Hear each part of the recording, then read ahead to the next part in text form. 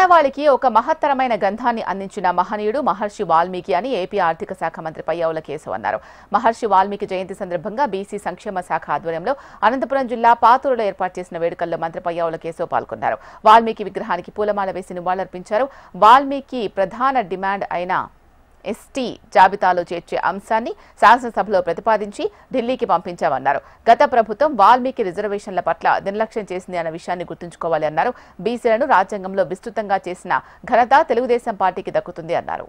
జీవించేటువంటి పరిస్థితుల దగ్గర ఉన్నటువంటి ఆనాటి పరిస్థితుల్లో అక్కడి నుంచి రామాయణాన్ని రచించేటువంటి ఒక మహనీయుడిగా ఆయన మారడం అనేటువంటిది కష్టంతో ఇష్టంతో మనిషి సాధించలేనిది లేదు అనేటువంటిది చూపించగలిగినటువంటి మహనీయుడు. మానవాళికి ఒక మహత్తరమైనటువంటి గ్రంథాన్ని అందించినటువంటి మహానుభావుడు. ఇక ఆయన వారసులుగా ఈ రోజు చెప్పుకోబడుతున్నటువంటి వాల్మీకి రాయలసీమ ప్రాంతంలో బోయ కులస్తులుగా పిలువబడేటువంటి అనేక మందికి ప్రభుత్వాలు వచ్చిన తర్వాత ఈ బోయ వాల్మీకి కులాల ప్రధాన డిమాండ్ గా ఉన్నటువంటి ఎస్టీ రిజర్వేషన్లలో చేర్చాలి అనేటువంటి డిమాండ్ ని గతంలోనే ఒక డీటెయిల్డ్ స్టడీ చేసి దీని మీద శాసనసభను తీర్మానం చేసి